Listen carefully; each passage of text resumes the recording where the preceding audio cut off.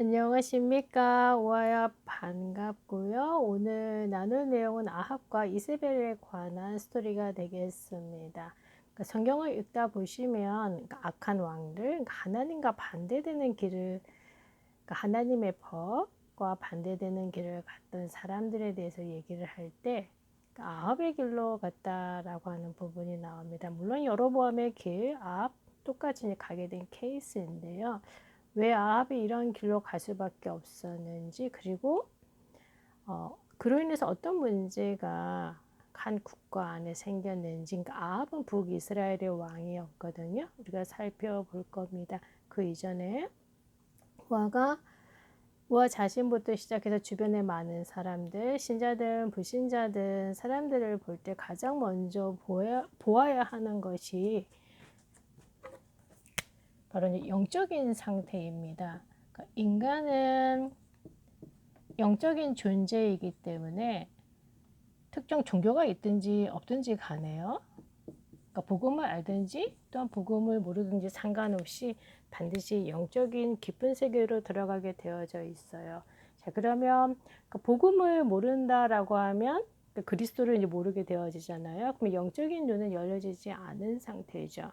물론 그런 상태 속에서 교회에 출석하는 사람들도 많지요.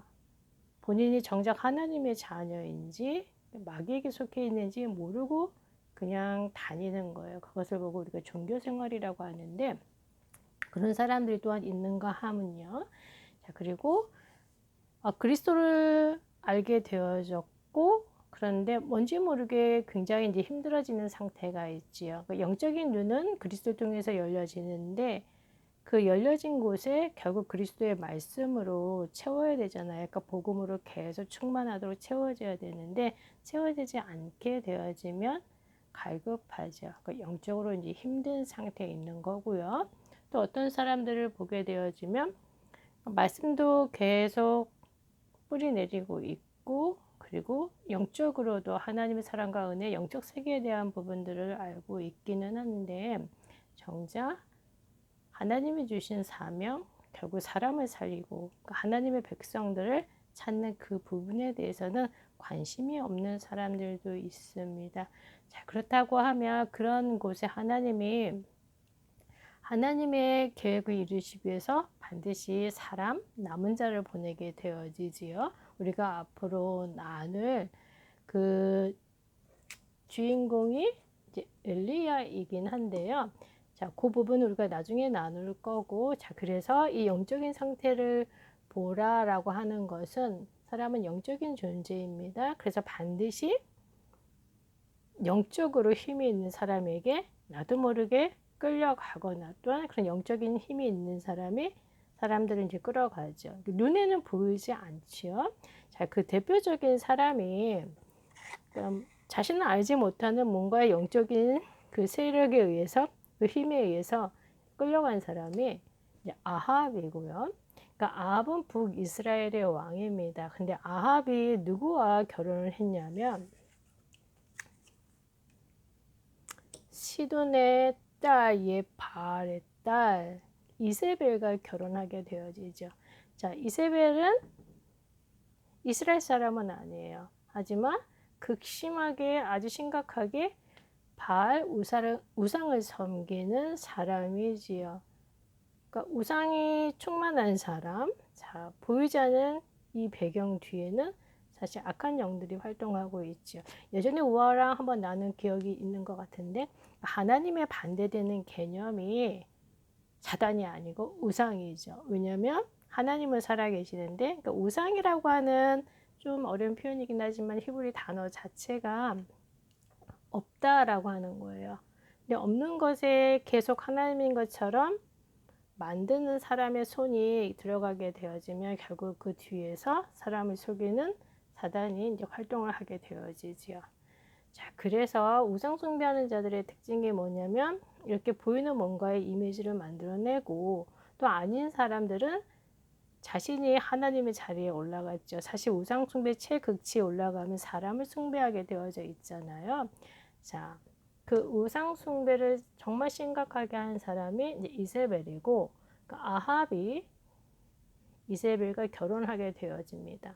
자, 그러면 왕이 더 높아요? 여왕이 더 높아요? 당연히 왕이 더 높지요. 근데 아합의 행동들을 보게 되어지면 오히려 여왕이 왕에게 보고를 해야 되는데 무슨 일이 있으면 이세벨과 의논을 하게 되어지고 이세벨의 결정을 따라가게 되어지는 거죠. 그러니까 눈에 보이지 않게 굉장히 영적인 악한 영에 의해서 움직여지는 사람이 이세벨이었는데 그 사람의 영향을 받은 사람이 아합입니다. 자, 그렇다 보니 하나님을 섬겨야 되는 하나님의 백성들, 오직 유일하신 참 하나님만 섬겨야 되는 이스라엘 백성들에게 우상 숭배를 할 수밖에 없도록 만들어 가죠. 왕이 우상 숭배를 하면 당연히 그 밑에 있는 백성들은 우상 숭배를 할 수밖에 없는 거예요. 자, 그 대표적인 우상이 바알이죠. 아, 바알이 우리에게 많은 음식을 이렇게 주는구나. 자, 이렇게 속이게 되어지는 거죠. 자, 그리고 바알이 우리에게 많은 후대들을 낳을 수 있도록 도와주는 거구나. 그 얘기는 바알을 믿으면 이런 내용들이 온다라고 하는 육신적인 부분들을 가지고 계속 속이게 되어지고요. 자, 그런 상황들 속에서 하나님은 절대 하나님의 백성을 놓치지 않는다는 거 우리가 계속 확인해 왔었잖아요. 자, 나라의 이런 우상 숭배로 굉장히 영적으로 어려워지고 있는 상황이었었어요. 자, 영적인 부분이 무너지면 사실 육신적인 부분은 무너지기까지 시간이 조금 걸리지만 반드시 그 순서대로 와지죠. 자, 그곳에 하나님께서 이 영적인 문제를 해결할 수 있도록 극심한 우상 숭배의 문제를 해결할 수 있도록 그러니까 한 사람을 보내게 되어지는데 바로 그 사람이 다름 아니라 엘리야입니다. 그러니까 엘리야는 많은 사람들과 같이 기도해서 싸울 수 있는 입장은 아니었어요. 왜냐하면 나라 전체가 우상 숭배를 하게 되어지니까 사실 홀로 어찌 보면 굉장히 힘든 상황이었었는데 자, 쉬운 싸움은 절대 아니죠. 자, 그러면 하나님께서는 엘리야를 통해서 어떻게 살아계신 하나님이 누구이시고 그분이 무슨 일을 하고 계시는지를 전달하게 하실까요?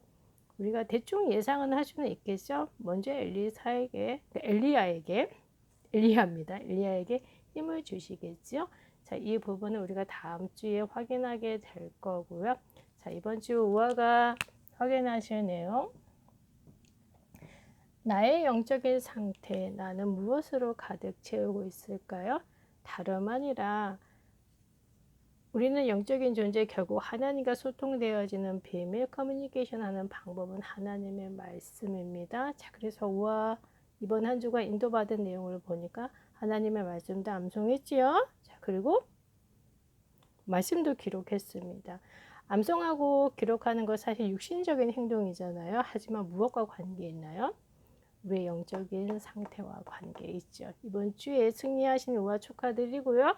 다음 주에도 그 축복 계속 많이 누리시기 바랍니다. 그리고 자, 사람들이 무엇 때문에 고통을 당하고 있는지 보이지 않게 그 마음속에 수많은 우상들이 있는데 그것을 어떻게 빼내야 되는지 잘 모르고 있는 거예요. 자, 그래서 하나님께서 엘리야를 보내신 것처럼 그리고 엘리야에게 먼저 힘을 주시고 그 엘리야처럼 또 우와 또한 세상을 향해서 사람들이 왜 고통을 받고 어떻게 그 문제에서 빠져나올 수 있는지 이미 답을 주셨죠. 자, 그래서 우와 또한 엘리야처럼 이 땅에 남은 자의 축복을 누릴 수 있는 줄로 믿습니다. 이번 한 주간에도 영적인 상태 말씀으로 채워가시는 그 축복 많이 누리세요. 다음 주에 우리가 본격적으로 어떻게 하나님의 엘리야에게 일하셨는지 우리가 확인해 보도록 하겠습니다. 다음 주에 만나겠습니다.